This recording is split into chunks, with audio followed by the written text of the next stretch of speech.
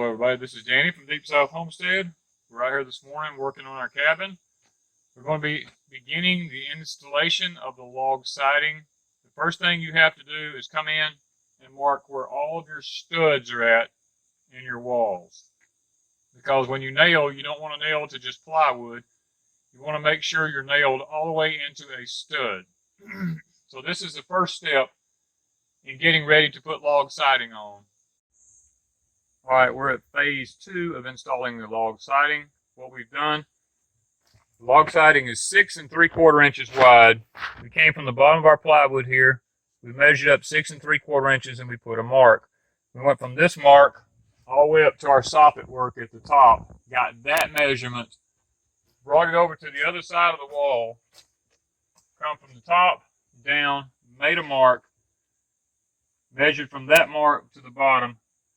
Luckily, we were exactly the same as we was over there. So what you want to do is you want to pop a chalk line across the wall then. That will be the top of your first log that you install. Now, if you start this log off right, the rest of them you shouldn't have any problem with, but periodically you will want to measure up to the soffit work at the top because you don't want to get off kilter any as you go up. And when we get on each side of the window here, we will be measuring each side of the window as we go up to make sure that we're staying the same on the window as we work our way up it. So this is phase 2 of installing the log siding.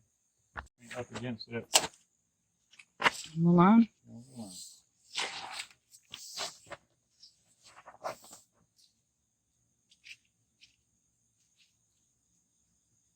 Okay, I'm 1/18 and 5/16. Check up higher, let me see. 1/18 and 1/4, which is a 16th. 1/18.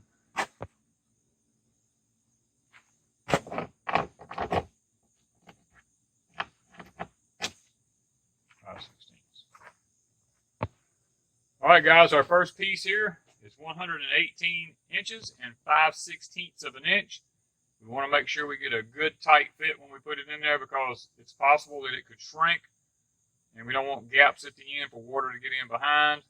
But we also don't want it so tight that if it gets moisture in it, it swells. So what we're going to do is when we cut this first board, we're going to go ahead and put the sealer on the ends of the boards so that moisture doesn't get in on the ends of it to help start deteriorating. So we will be sealing the ends of every board that we put up and the lip edge as we go so that we don't have to worry about moisture getting up under something and damaging it. Okay, guys, we're looking at our lumber, and you know, when you get lumber, you always have issues with it. As much as we paid for this section right here is broke out of it. Right there. The lip is broke off. Now, if it had been the tongue side, it would have been okay, but the lip side, you know, we just paid for 1 foot of lumber here that's going to be totally useless to us. So all that has to be taken into consideration. Here's another place right here where the company, when they banded it down, they damaged it. So, you know, that'll be a place that we'll have to not use. So when we cut this piece off, this piece will have to be used to just go in little tiny places somewhere that we have. It'll have to be set to the side, and that's one thing when you're doing this kind of work. You've got to be always conscious of where your pieces of wood can be used so that you don't waste anything. Because every piece you waste is money that you just wasted. So we're going to try to see if we can't make this happen.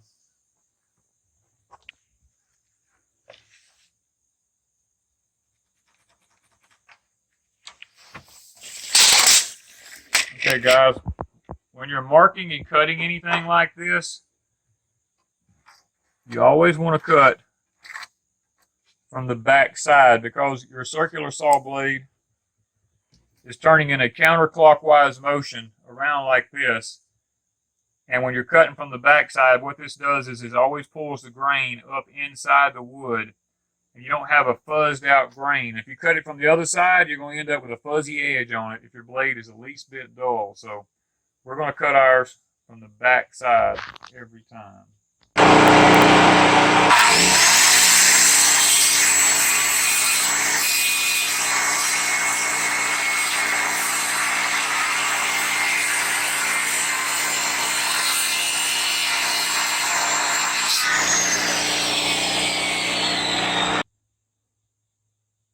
Okay, another thing I want to mention is the way these boards are made. The company took note of how the grains was in the wood so that it's always shedding water. It's never holding water. The grains are not turned in the other direction. That's one thing you want to make sure of whenever you deal with a siding company, that they actually put the grains in the right direction when they mill this lumber out here. That's very, very important as far as the life expectancy of a piece of wood. Okay guys, I've got some nails here in my hand. These are nails I bought probably 25, maybe 30 years ago when I was in construction business in the beginning. I bought things in bulk and I just still have them stacked in the shop. But these are siding nails. I've done lots of research on this log siding here, and there seems to be an array of different ideas out there as far as the best way to install this. I think it depends on what company that you're talking to. I've checked with some companies and they say, oh no, don't use nothing but the 3-inch deck screws. So I went and bought a box of 3-inch deck screws. Well, I looked at another company and another company says, oh no, don't use anything but 2.5 to 3-inch staples, 1/2-inch crown staples. And I was like, well, I'm not buying a gun just to do this job. So I kept looking and I come across another company that said, oh, you only want to use ring shank or twisted galvanized nails 2.5 inches to 3 inches long. Make sure they go into the stud and only nail 1.5 inches up from the bottom of your board here. Never put them in the top. So I still have the 3-inch screws. I put a screw in something. I don't like the big old hole that it leaves, because then you put them every 16 inches, you got these roll of holes up and down your walls. I don't like that. I don't have a crown stapler. I'm not going to buy a $600 gun just to do this cabin with. Then have to buy the staples on top of that. I already had the galvanized twist nails in the barn. I can drive these in. They won't discolor the wood. And I can take a nail set and I can go ahead and set them in the wood just a little bit if I need to. Because we're not painting it. We're actually putting a clear wood finish on it. We will come back once we install this and sand out anything that looks dirty or dingy and put the CWF on it. So it looks like the ring shank nails is going to be the way we're going. We're just going to have to be careful with the hammer and not leave elephant tracks in it. That's going to be a big issue. So we've got the first one cut. We're going to try to go through there and see if we can't get several of them cut before we actually install anything, so we can go ahead and paint the ends of it with the sealer. And guys, the job will begin.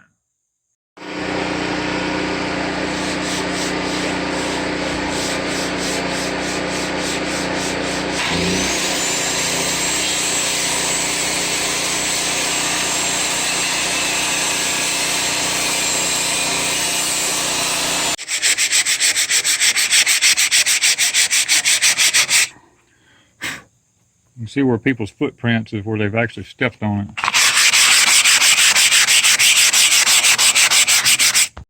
All right, guys, we've got a couple of boards cut. Now, this board here is our very first board that's going to go at the bottom along toward the ground area.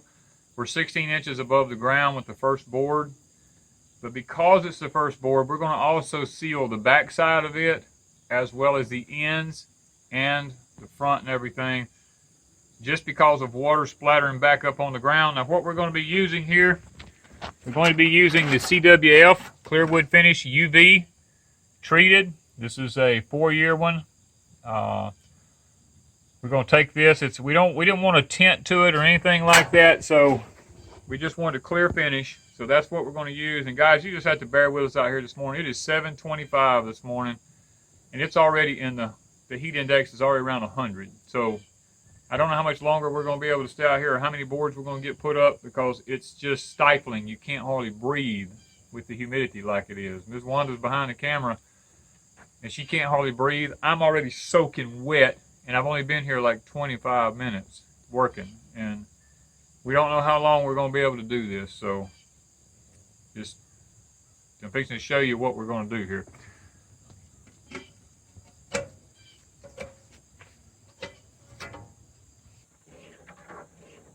We're going to get this all stirred up.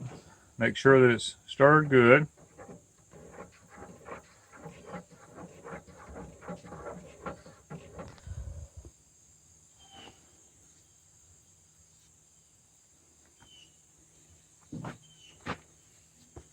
You guys know me, I ain't wasting nothing.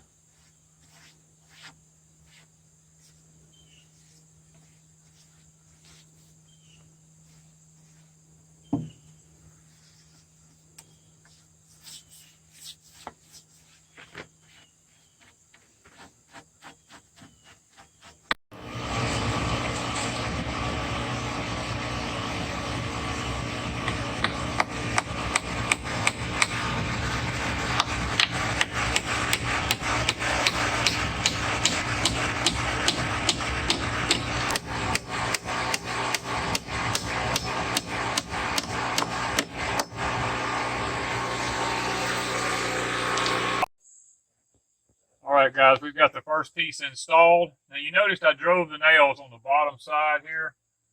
My understanding on this is you do it under the bottom side because the water, as it pours off, you drive them up at a little bit of an angle, any water drains out. So nothing, you don't put them up here because if you did, water would go into the wood. Down here, it sheds the water, and it doesn't seem to be an issue, as far as the life expectancy of the wood is concerned. And you use galvanized so that you don't have streaks forming down your wood. Now we're going to come back once we finish sealing this and it dries, and we'll nail set all these and get them out of the way. But before we put the next piece, just to make sure that our wood has a good long life, we're going to do each piece as we put it up. Now this may not be the rules, but it's my rule because I'm all about preserving what I do. We're just going to put this stuff on here, all on that tongue up there. We're just going to pile it on, soak it in real good. Go ahead and just do the whole piece of wood. In the event that any kind of discoloration takes place from between the two times that it's done, because I can already see from where we've done the edges, there's a touch of a discoloration there. I've learned that from in the past in working with wood. If you come back and try to stain something later or put a clear wood finish over it, you will see where you started and stopped between the two at. So we're just going to go ahead and do it as we put it up. It may take us a little longer, but you know what? It really don't matter because it's our cabin.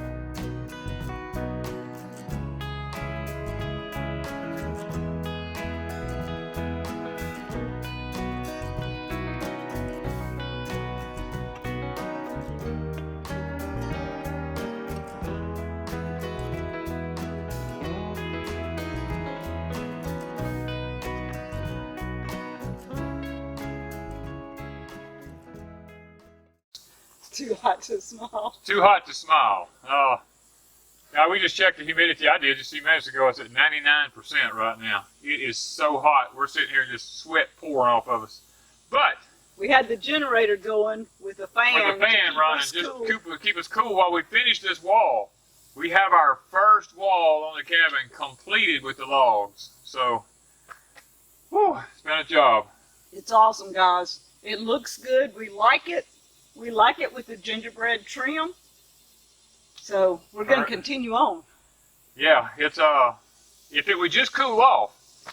You know, it's almost like 100 degrees right now with the humidity of 99, and it's 8:53 when we finished. We can't stay out any more than that. I mean, it's just, we're burning up. And we're in the shade. And we're in the shade, yeah, and there's no wind whatsoever. It's So just guys, perfectly calm. Our first wall, our Yeah. log wall. This is it. That- Wall number 1. Thank you guys from Deep South Homestead.